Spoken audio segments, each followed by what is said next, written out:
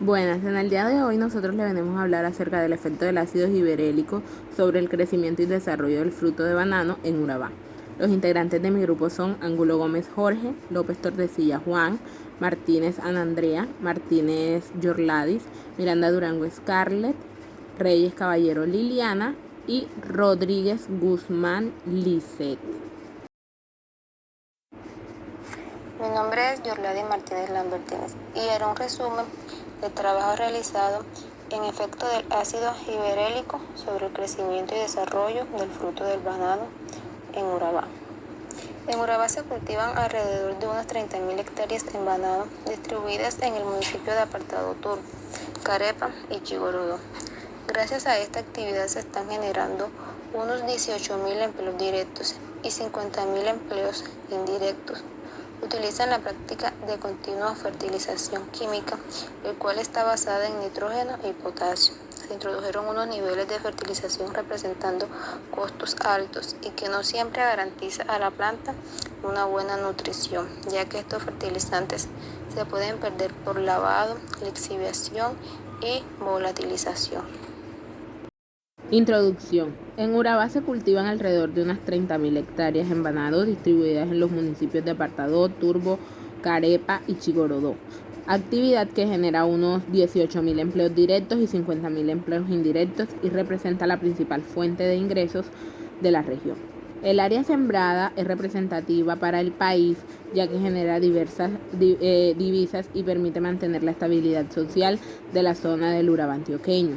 En la medida que se mejora la producción y la calidad del banano, permite mantener los mercados internacionales y ser buenos competidores con otros países exportadores como Ecuador y Costa Rica, entre otros.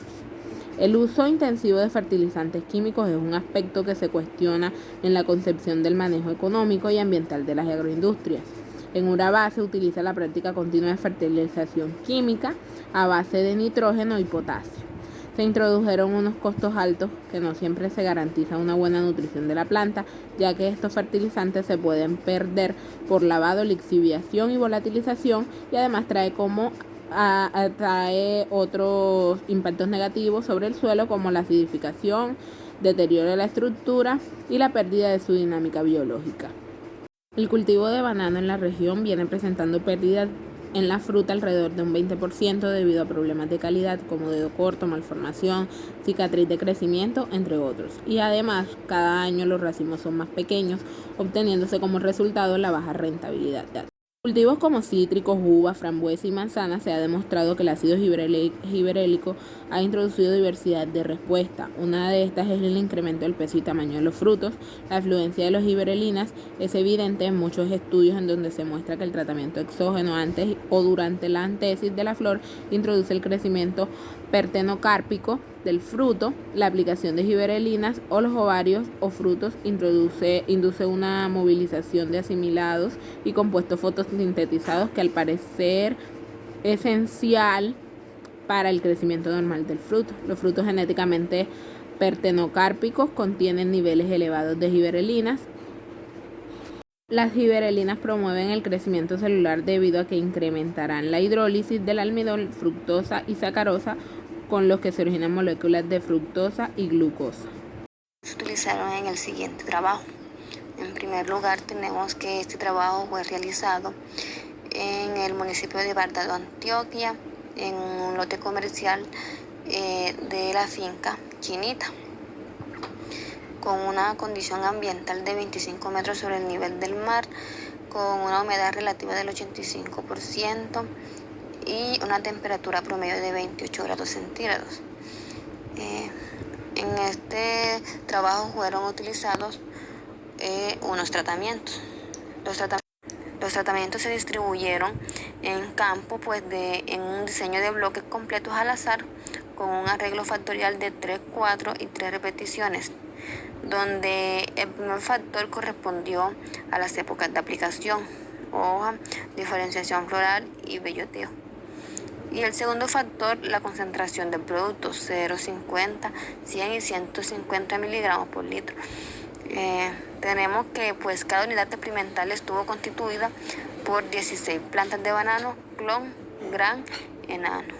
Cuando las plantas presentaron la etapa fisiológica sugerida, se les realizó una sola aplicación de ácido gibberélico, sin surfactante, en aspersión foliar con una bomba de espalda. Como fuente gibberelina se usó el producto comercial Risu, ya que esta contiene ácido gibberélico al 4%. Esta información se obtuvo de las 4 plantas del centro de cada unidad experimental al momento de la cosecha, tomándose las siguientes variables: peso de racimo, peso vástago, fruta neta aprovechable, fruta neta rechazo, número de manos y dedos, longitud y grosor del dedo central de la segunda, penúltima y última mano y distancia entre manos. A la información obtenida se le realizó análisis de varianza y pruebas de comparación de medidas de Duncan para que las que fueron significativas en las épocas y contrastes ortogonales para las concentraciones. Bueno, para nuestros resultados analizamos que el efecto del ácido gibérico y época de aplicación sobre las variables de fruta néctar en rechazo, manos de racimo y dedos por racimo. Analizando esto más a fondo, tuvimos una tabla de resultados donde obtuvimos que la fruta neta de rechazo en el análisis de varianza pues nos indicó que se presentaron diferencias significativas entre los tratamientos evaluados.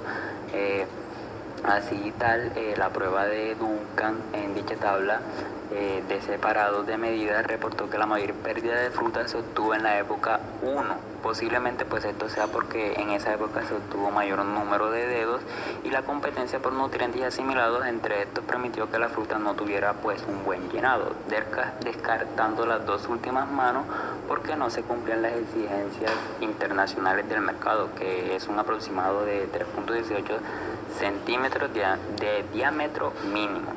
Por otro lado, el número de manos, el análisis de varianza pues nos reportó diferencias significativas entre las épocas de aplicación para las concentraciones. Para la interacción no se presentaron diferencias. La prueba de Duncan de separación de medidas de dicha tabla indicó pues que el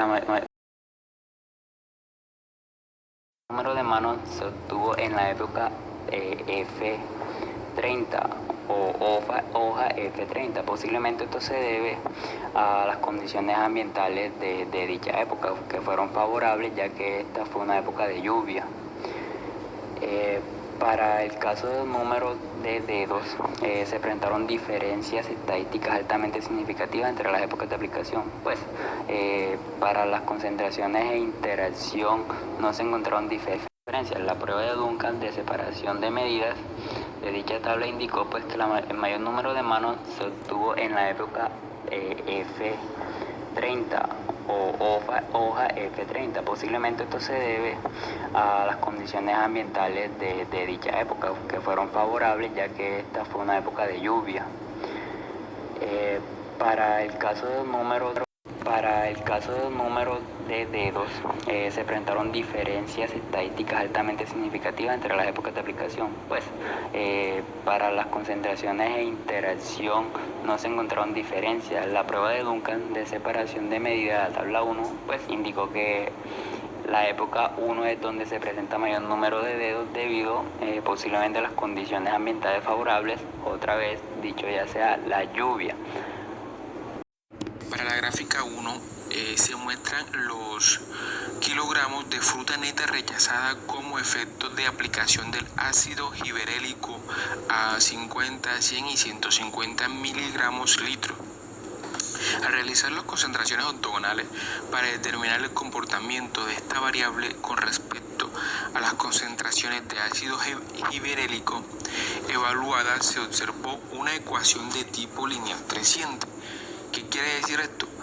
Que se obtiene mayor pérdida de fruta con el tratamiento control, y esto se debió a que se aumentaron las concentraciones. La tendencia es a perder fruta. Posiblemente la hormona causó una reducción en el tratamiento del fruto.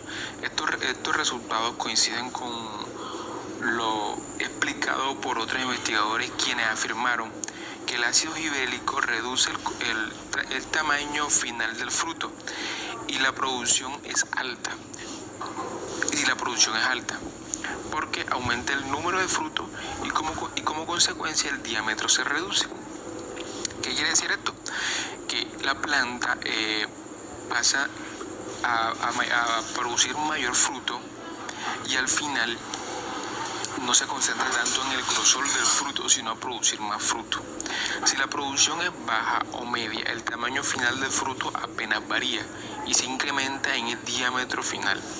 Podemos concluir que no es nada rentable aplicar el ácido gibberellico. Buenas. Para la segunda tabla, el efecto del ácido gibberellico en la longitud del fruto para la última, penúltima y segunda mano tuvo su mayor rendimiento en la etapa de belloteo y en la segunda mano, con un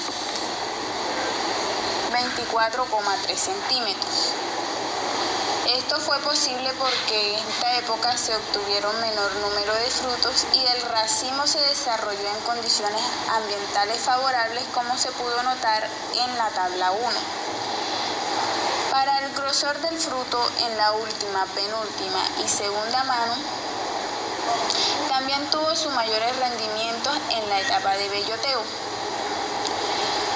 Para la segunda mano en especial, en esta época se obtuvo menor número de dedos, favoreciendo esto a una menor competencia de nutrientes y asimilados, como también se pudo notar en la primera tabla. Luego, para la distancia entre manos, el análisis de varianza reportó diferencias estadísticas significativas entre la época de aplicación y para las concentraciones y la interacción no se presentaron diferencias. También se muestra que en la época 2, diferenciación floral es en la que presenta mayor promedio de la distancia entre las manos posible, porque en esta época el racimo se desarrolló y se cosechó en condiciones climáticas favorables.